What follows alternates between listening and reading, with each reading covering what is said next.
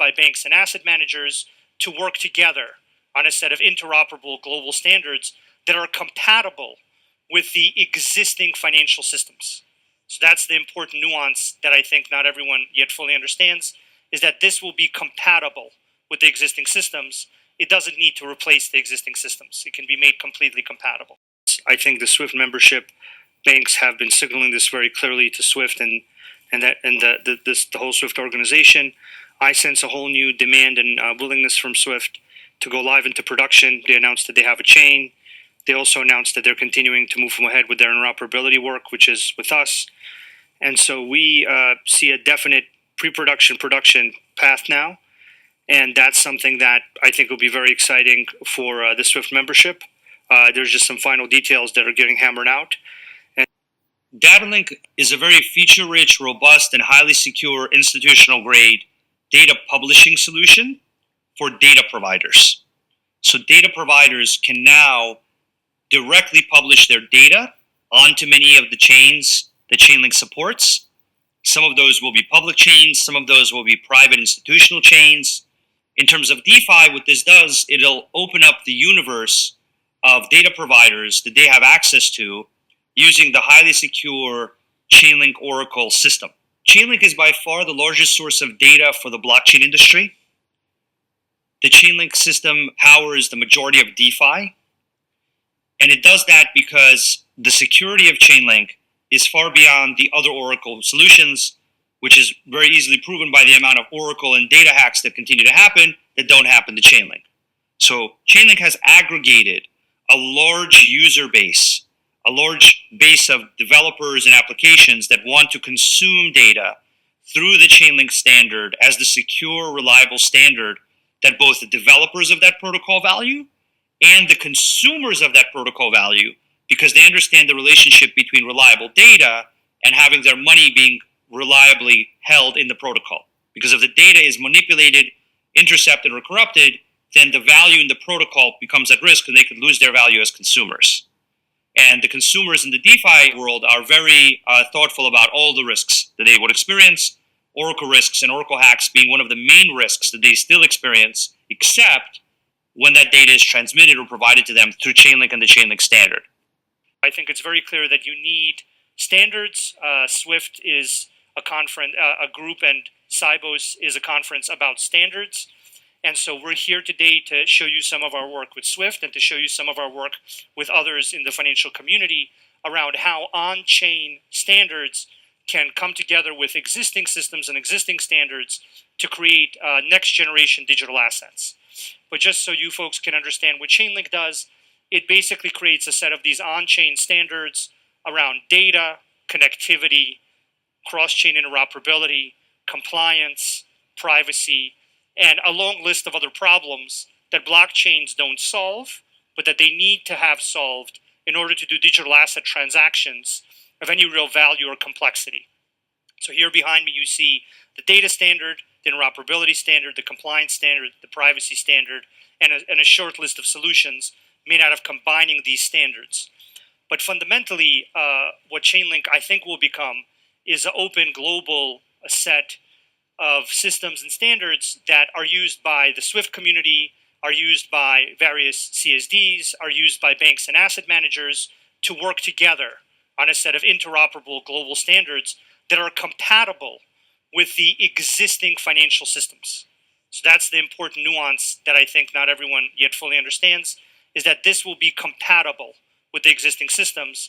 It doesn't need to replace the existing systems. It can be made completely compatible. I work with many central banks in other countries, and when I was working there, I was wondering why I, as an American citizen, can't help the United States financial system reach this higher level that the world is on course towards generally. And so I'm very grateful that finally there's been a new level of kind of common sense and adoption of these ideas. Me and the other people in this room do believe that the crypto, blockchain, Web3 infrastructure is the next iteration of the financial system. Welcome to the Cryptoteacher. Don't forget to like and subscribe to the channel. And you know I come back with that video just to make you think. And make sure you join the Patrons. If you're not a part of the Patrons, make sure you're hitting the Cash App. Also, go like and follow the TikTok. More videos to come. And I wasn't going to do a video tonight, but as we see, the market is making a rebound. And you know the crypto teacher told you we would. Remember, guys, it's nothing but an algorithm. It's not real. The same algorithm that dumped high is buying low. It's nothing but a game, a casino. And remember, the crypto teacher told you. But still, we have to take advantage. It's the holiday season, so it's the perfect time. Now, you heard Sergey. Chainlink. Interoperability is key. And the new digital economy is compatible with the existing system. And that is so important. And we know Chainlink is providing all the data and handing it over to Swift. So Swift can have that all seeing eye. Well, it'll know you better than you know yourself. And then, of course, when you add no stable coins, those programmable stable coins, well, they can tell you what, when, and how to buy. And you have 3 to 6 months to spend it or poof, it's gone. And they know everything that you purchase. Remember, blockchain is recording everything. And then add in those AI agents with your digital twin. Your AI agents will be doing the work for you in the background. You can't make this stuff up. Remember, your life is an illusion, and TV is your reality. And we had Sergey tell us he's been working with the central banks right in front of the president. So we know this is a plan. It moves in phases. And remember, the crypto teacher told you. And we had Trump made a speech earlier when he got elected saying no more censorship, free speech. And then all of a sudden now, they want to control information. But we already knew that from the World Economic Forum. That's the reason why TikTok is so important, because it circulated so much information so fast. It educated the masses. They have to get that under control. And remember, the crypto teacher told you. And we had Mark Carney a while ago, and I showed you this video, get sworn in. And what does he say? His allegiance is to the king. And we know Trump did that behind the scene. We don't get to see that in America. The only time we see that in America, if it's in a movie or a TV show. No, they serve the king, and we know who the 3 crowns are. And remember, the crypto teacher told you. And we have the holidays coming up. And we know China is moving all those cheap goods that we're used to buying. They're moving them from the United States to the emerging markets. So that means, and remember the crypto teacher told you this is going to be the last great Christmas in 2025. 2026 and 2028, it's going to be some hard times. These layoffs are going to step up, and we know what the people are going to do. They're going to beg the government to help them. Problem, reaction, solution, they're going to help them. They're going to give them that free money, that universal basic income. But little do the sheep know, that money is programmable, and that's going to lead them inside the virtual world, where their life will be a real life video game.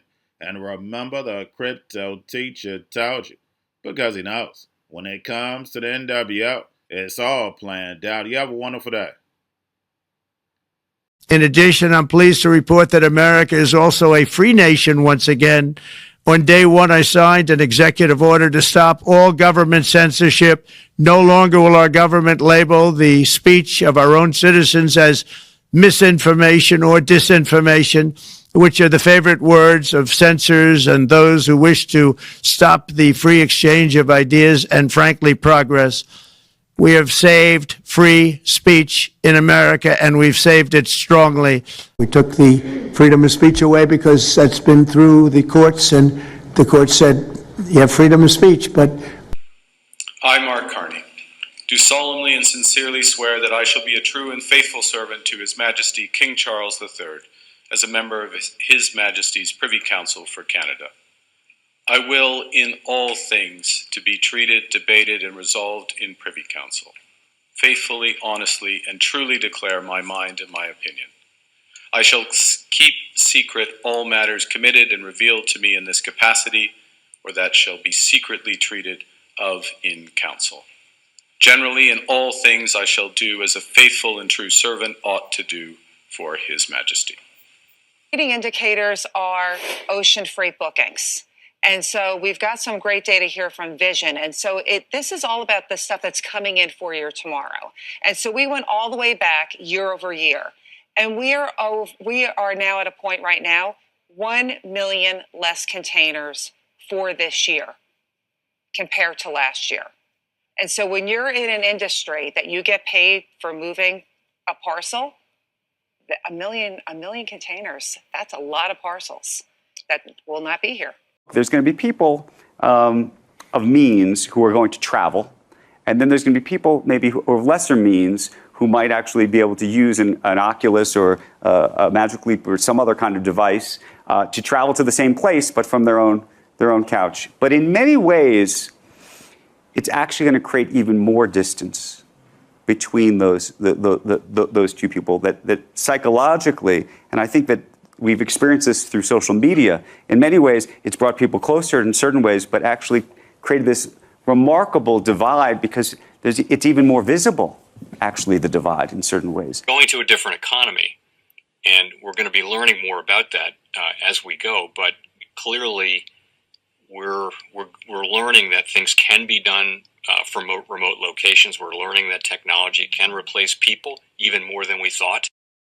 We're not going back to the same economy. We're recovering, but to a different economy, and it'll be one that is more leveraged to technology. And I worry that that is going to make it even more difficult than it was for many workers. In Silicon Valley, and my friends who work in technology know that what we did to the manufacturing workers, we are now going to do to the retail workers, the call center workers, the fast food workers, the truck drivers, and then even bookkeepers, accountants, insurance agents, lawyers, and on through the economy. So what happened to the manufacturing workers is a very clear sign. And so we'll import Chinese-based CBDC technology. So it's going to be CBDC in a box provided to you by the People's Bank of China.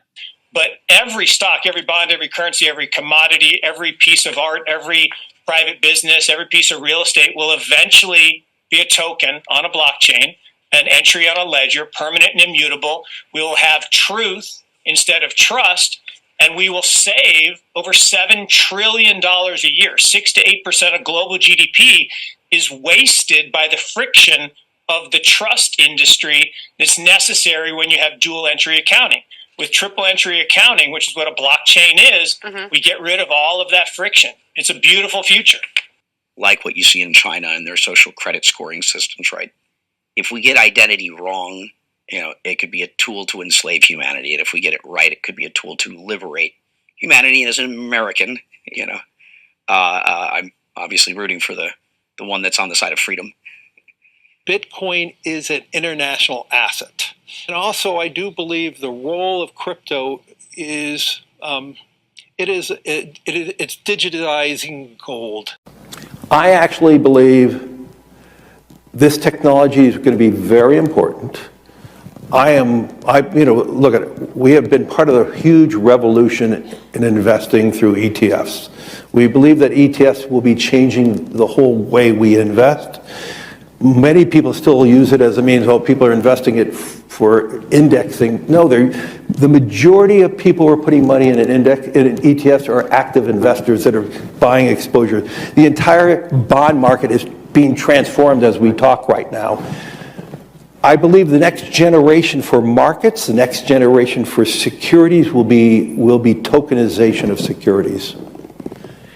And if we could have that distributed ledger that we know every beneficial owner, every beneficial seller, we all have our code of who's buying, who's selling, instantaneous settlement.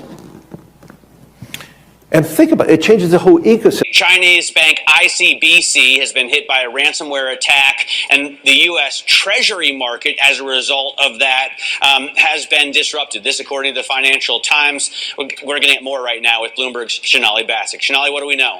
Listen, we have the Financial Times now reporting that ICBC, one of China's largest banks here, was hit with a ransomware attack.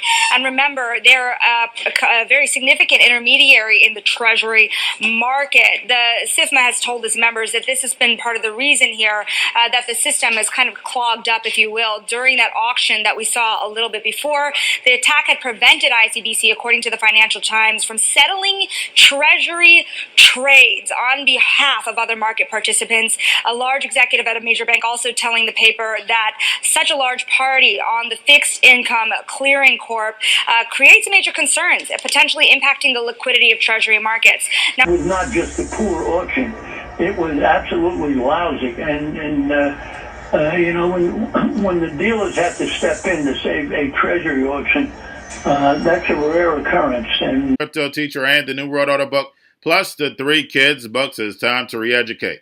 Also, new to cryptos, Coinbase, Bitrue, Binance.